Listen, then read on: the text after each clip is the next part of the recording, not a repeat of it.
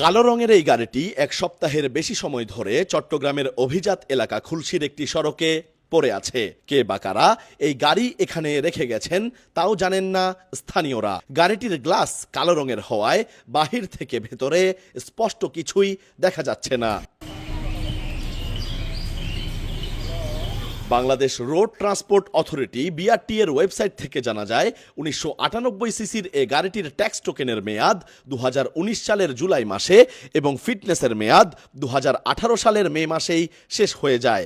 অর্থাৎ গত প্রায় ৭ বছর ধরে সরকারি কোনো ফি পরিশোধ করা হয়নি এই গাড়ির। বিআরটি এর ওয়েবসাইটে দেখা যায় গাড়ির মালিকের জায়গায় উল্লেখ করা হয়েছে প্রাইভেট। গাড়িটি রাস্তায় পড়ে থাকতে দেখে স্থানীয়রা 999-এ ফোন দিলে খুলশী থানা পুলিশের রাত্রিকালীন টহল টিম গাড়িটি দেখে যায়। এটা 3 দিন ধরে পড়ে রয়েছিল। পরশুদিন বিকাল 5:30টার দিকে আইসে এটা, তো আসছে আইসা এখানে রাইখা দিয়ে চলে গেছে। তো এতদিন এইখানে পড়ে রয়েছে। আজকে আমরা পুলিশকে কল দিছি। শনিবার সকালে গিয়েও দেখা যায় গাড়িটির অবস্থানের এখনো কোনো পরিবর্তন হয়নি।